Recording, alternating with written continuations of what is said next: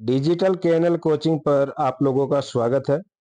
आज इस वीडियो के अंदर हम क्वेश्चन करने वाले हैं सेरेब्रल पॉल्सी पर मस्तिष्कीय पक्षाघात। अर्थ देख लेते हैं। शारीरिक मुद्राओं में असंतुलन एवं गत्यात्मक क्रियाओं संबंधी विशेष दोष पर मस्तिष्कीय पक्षाघात के प्रमुख लक्षण होते हैं। पर मस्तिष्कीय पक्षाघात विकास बाधित दशाओं का एक ऐसा समूह है जो प्रसव पूर्व, प्रसव काल अथवा जन्म के तुरंत बाद चोट, दुर्घटना आदि अन्य कारणों से होने वाली क्षति है, जो गत्यात्मक क्रियाओं में सामान्यतः शारीरिक मुद्राओं में दोष, असंतुलन तथा क्रियाओं में सामंजस्य की कमी के रूप में लक्षित होती है। ऐसी स्थिति में मानसिक मंदन, वाणी एवं दृष्टि स्वरण संबंधी कठिनाइयां, सांस लेने में दिक्कत, चूसने तथा निगलने की प्रक्रिया में कठिनाई होती है। ऐसा बच्चा देर से चलना सीखता है तथा टेढ़ा मेढ़ा चलता है। बालक को दौरे भी पड़ सकते हैं। सेरेब्रल पॉल्सी के बच्चों में मंद से गंभीर प्रकार की बौद्धिक अक्षमता के लक्षण विद्यमान होते हैं। इस प्रकार की बाधिता में कोई भी दो बालक समान नहीं होते। पर मस्तिष्कीय पक्षाघात के लक्षण क्या-क्या हो सकते हैं? दैहिक क्रियाओं के समन्वय का अभाव। ऐसे जो बालक होते हैं उनके अंदर दैहिक यानी देह शारीरिक क्रियाओं के समन्वय का अभाव रहता है। उनकी जो गतिविधियां होती हैं उनके अंदर अनियमितता पाई जाती है। मांसपेशियों में सिकुड़न एवं जकड़न मिलती है। अनैच्छिक गतिविधियां यानी वो कई बार ऐसी गतिविधियां भी करते हैं जो उनको नहीं करनी चाहिए। चलने के विभिन्न असामान्य प्रतिमान, वाणी बाधिता, बोलने में भी कठिनाई होती है। व्यापक तथा उत्तम दैहिक कौशलों के लिए अक्षमता। अब इसके कारण क्या-क्या हो सकते हैं, कॉजेज क्या-क्या हो सकते हैं? अवरुद्ध रक्त कोशिकाएं, जो हमारी रक्त कोशिकाएं होती हैं, अगर वो अवरुद्ध हो जाती हैं तब भी ऐसी स्थिति हो सकती है।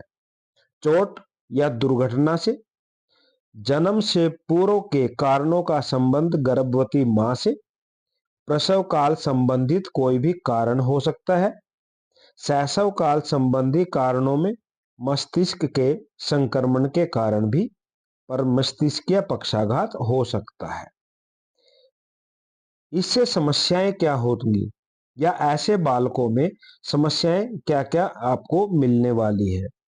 इन बालकों की सबसे बड़ी समस्या शारीरिक गतिविधियों की होती है। ऐसे बालक चलने फिरने, बात करने, खाना खाने तथा अपने हाथों का प्रयोग करने में अत्यंत कठिनाई महसूस करते हैं। कुछ बच्चे बैठने में असमर्थ होते हैं तथा बैठ ना सकने के कारण गिर पड़ते हैं। बैठने के लिए उन्हें निरंतर सहारे की आवश्यकता होती है। इन बालकों में जकड़न एवं ऐंठन एक हाथ अथवा पांव, दोनों हाथ अथवा दोनों पांव अथवा हाथों और पांव दोनों में समान रूप से हो सकती है। ऐसे बालकों में बौद्धिक क्षमता के संबंध में भिन्नता पाई जाती है। कुछ बालक सामान्य अथवा उच्च बौद्धिक स्तर के होते हैं, तो कुछ बालकों का बौद्धिक विकास अवरुद्ध होता है। ऐसे बालकों की भाषा अनियमित तथा दोषपूर्ण होती है, यानी वो बोलते हुए भी दोषपूर्ण बोलते हैं और इन बालकों को अपनी मौखिक अभिव्यक्ति को नियंत्रित करने में भी कठिनाई होती है। नियंत्रण एवं समन्वय की कमी होती है। बालक के हाथ अथवा पांव या टांग में कंपन के लक्षण दिखाई देते हैं। ऐसे बालकों का उपचार कैसे किया जाएगा? इन बालकों के लिए ट्रीटमेंट किस तरह का हो सकता है? पर मस्तिष्कीय पक्षाघात के बालकों के लिए उनकी आवश्यकताओं को ध्यान में रखते हुए कुछ महत्वपूर्ण प्रावधानों की आवश्यकता होती है। स्कूल तथा कक्षा कक्ष में कुछ भौतिक एवं शैक्षिक कार्यक्रम संबंधी प्रभावी परिवर्तनों की जरूरत होती है। ऐसे बालकों के लिए दैहिक चिकित्सा द्वारा बालक को यथासंभव स्वावलंबी बनाना होता है। इसमें व्यायाम, मुद्राएं सीखने का प्रशिक्षण, शिक्षण तथा गतिविधियां करने की वैकल्पिक विधियां जैसे वॉकर, बैसाखी अथवा पहियों वाली कुर्सी का प्रयोग करना सिखाया जाता है। व्यावसायिक चिकित्सा के माध्यम से बालकों द्वारा अभियोजन संबंधी उपकरणों जैसे खाना खाने, बैठने तथा स्नान करने में जो सहायक वस्तुएं होती हैं, उनका प्रयोग सम्मिलित होता है। वाणी चिकित्सा का उद्देश्य। वाणी चिकित्सा का उद्देश्य बालक के संप्रेषण में सुधार करना होता है। इसमें मौखिक संप्रेषण में सुधार तथा उच्चारण शुद्ध जैसे विशेष कार्यक्रम होते हैं। जब जरूरत पड़े तो औषधीय का भी, यानी जो औषधियां होती हैं उनका भी प्रयोग किया जाता है। जैसे बोटॉक्स, बोtulinum टॉक्सिन का इस्तेमाल मांसपेशियों में टीका लगाना है, जिसका प्रयोग कई महीनों तक जकड़न एवं ऐंठन को रोकने का काम करता है।